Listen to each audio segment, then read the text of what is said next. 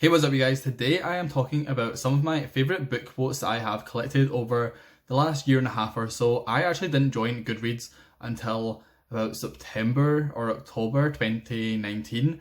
So for that whole 8 or 9 months, I didn't collect any quotes or anything. So there's definitely some more books that have amazing quotes that I love. For example, Lolita has some really nice quotes that I love that are not in this video just because they're not on my Goodreads. I definitely need to reread it soon, but yeah, I hope you enjoy these, and if any of them stand out to you as being memorable or beautiful or whatever, definitely let me know if you agree with my choices. I also have to say, before we start, a lot of these are to do with religious imagery and stuff, and I'm not actually religious myself. I just think that religious imagery and stories and art and stuff like that is really, I don't know, beautiful, and it really sticks with me. I can't really explain why. So yeah, I don't know, it's just a weird thing. I really enjoy all of that, even though I'm not actually religious. But anyway, if you enjoyed this video, please leave a like and please subscribe. And like I said, definitely let me know if you like any of these quotes down below. My very first quote is from The Grand Mullins by Alan Fournier, and I read this for the first time last month. And the quote is, "But how can a man who has once strayed into heaven ever hope to make terms with the earth? What passes for happiness with most people seemed contemptible to me. And when I tried, deliberately and sincerely, to live like the rest of them, I stored up enough remorse to last me a very long time." Something about this just really stuck with me about, the feeling of just pure happiness and joy. And like he says, feeling like you have went to heaven and then going back to the real world and just not being able to live in the real world. And this is such a minor comparison, but something I thought of when I was thinking about why I like this quote is, for example, at concerts. When you leave a concert, it feels like the world is different somehow. You went from being in this place with this amazing energy and this music, and you go back outside to the real world, and it just really takes you by surprise. And I know a lot of people have post-concert depression, that's a thing. Also holidays or vacations, if you're American, when you come back home, it's the world just feels so different. You went from having this amazing time back to the real world, and just that sort of stuff really made this quote stick out to me. This next quote is by Emily Bronte, and it is from Wuthering Heights, and it says, "Heaven did not seem to be my home, and I broke my heart with weeping to come back to earth, and the angels were so angry that they flung me out into the middle of the heath on the top of Wuthering Heights, where I woke sobbing for joy." This is a very direct opposite from the last quote, which is why I put the two together. The last one was talking about how after coming back from heaven, the real world cannot compare, and then this one is the complete opposite, where she's describing heaven just not being for her and her missing what is in the novel is her love for Heathcliff,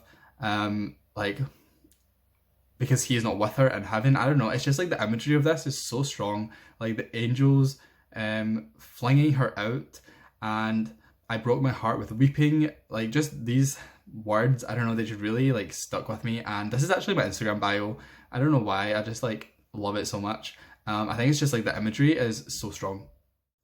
This next one is a more modern one. It is by Cassandra Clare from Clockwork Princess, and it says, "There are so many worse things than death. Not to be loved or not to be able to love, that is worse."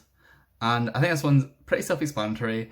It's very simple, not so much imagery, but just a very true statement that I think is important. Just this idea of the world existing without love is just a depressing place that, maybe it's better to be dead. I don't know. I just really think this one is cute, and I mean, it's not life-changing or anything, but I just think it's a nice statement.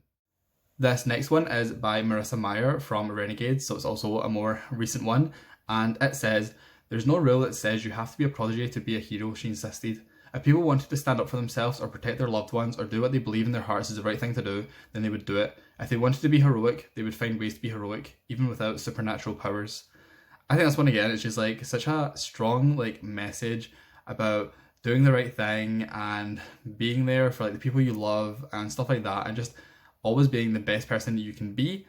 And obviously in the context of the book, it is about superheroes versus just normal people, but if you apply this to real life, I think it's just about remembering that there's always a way to be a hero for someone, even just doing the little things, helping someone with something that, it's not going to change their world or change their life, but it's just the little things that can help people out. And then also obviously there's you could apply this to like big situations, like saving people from a fire, for example, but that's not likely to happen to me in my life. But I don't know, I just think it's like a nice little statement and quote. Going back to some classics now, I actually have two from East of Eden by John Steinbeck, and they're kind of one and the same, even though they're two separate quotes, so I'm going to talk about them together. The first one is, and now that you don't have to be perfect, you can be good. And I think that's just like a nice, short and snappy quote about, not trying to be a perfect person, because it's not possible to be a perfect person. It's just about being a good person who is there for other people, always doing your best, like trying to be positive and be a good person in people's lives. And the next quote from East of Eden is, but the Hebrew word, the word timshel, thou mayest, that gives a choice. It might be the most important word in the world. That says the way is open. That throws it right back on a man. For if thou mayest, it is also true that thou mayest not. And this one was very hard to read. And two is just about, again, you have the choice in your life to do good or to not to do good. Like, it's all about choice, and thou mayest, you can choose who you want to be. You can choose the type of person that you want to be. If you want to be a bad person, you can do that, but obviously you should choose to be a good person, is how I interpret that quote. This next quote I absolutely love, and it is by Charlotte Bronte from Jane Eyre, and it says, do you think I'm an automaton, a machine without feelings, and can bear to have my morsel of bread snatched from my lips and my drop of loving water dashed from my cup? Do you think, because I am poor, obscure, plain and little, I am soulless and heartless? You think wrong. I have as much soul as you, and full as much heart. I can really not pronounce these words. Reading it out loud is so hard. But anyway, this one, again, just is like very inspiring to me. It is in the situation of the book about Jane Eyre as a child standing up to a teacher, I'm pretty sure, who's much older than her. And it's just about, showing that she is a person just like everyone else. Like, even though she's a child, she has as much right to water and bread and to live as anyone else. Just because she is poor, she is not worth less than anyone else. It's just about equality, in my opinion, and just remembering that other people have feelings, and everyone, has the right to live a happy life. Another quote that I love is by Janet Fitch from White Oleander, and it says, let me tell you a few things about regret. There is no end to it. You cannot find the beginning of the chain that brought us from there to here. Should you regret the whole chain and the air in between, or each link separately, as if you could uncouple them? Do you regret the beginning, which ended so badly, or just the ending itself? And for me, I think this one is just about, obviously not living with regret, not focusing on the past and things that went wrong and what you could have changed, because to be honest, you cannot change the past. What is done is done. You always just need to move forward, accept what has happened, forgive yourself if you've made a mistake, forgive other people, and always just look towards the future and don't dwell on the past, because it does no good to anyone apart from harbor negative energy that you don't need, nobody needs. And like the quote pretty much says, you can't just regret one little thing without it becoming this huge explosion of a chain of events. And again, you cannot change the past, so there's no point dwelling on it.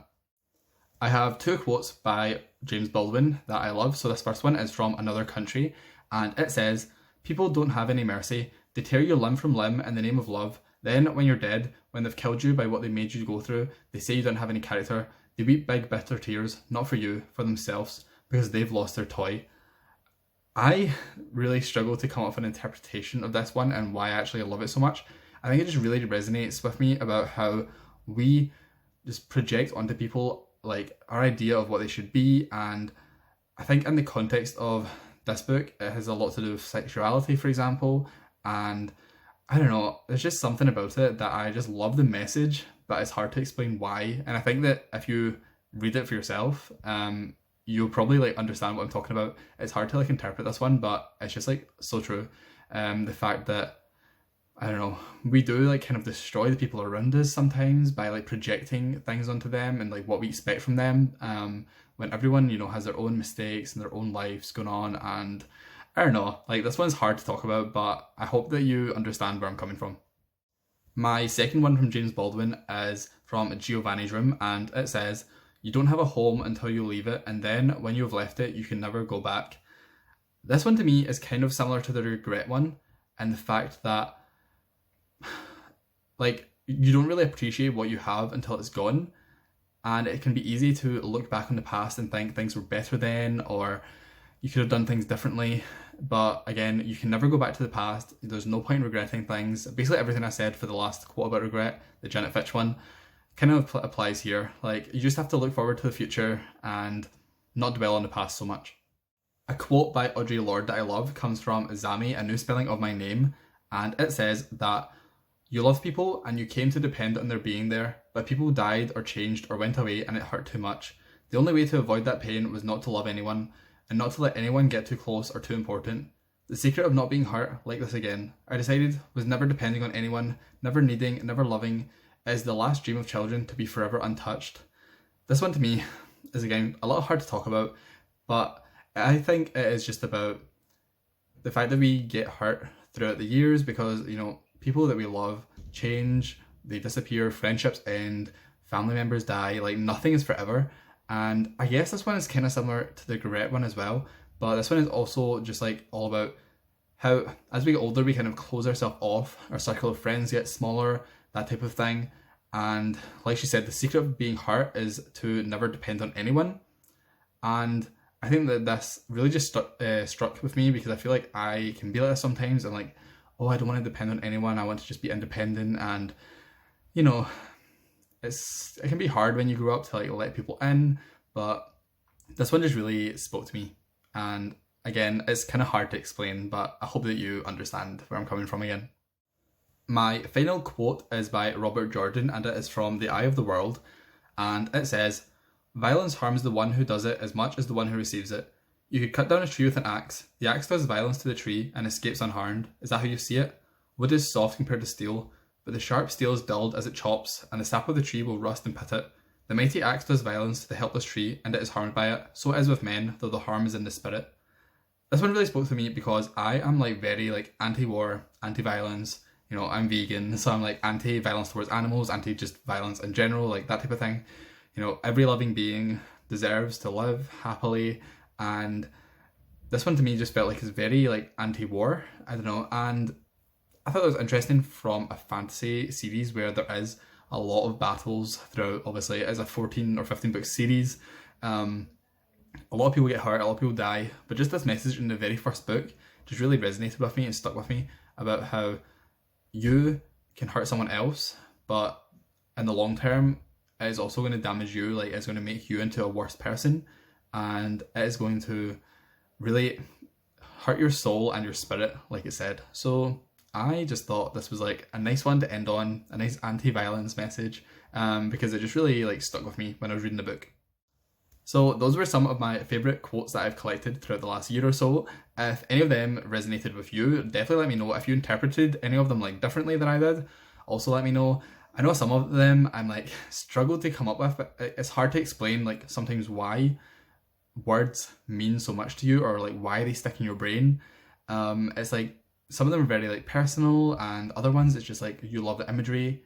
It's hard to explain, but hopefully you liked this video. If you did, please leave a like and please subscribe, and then also let me know your thoughts, and I will see you in my next video.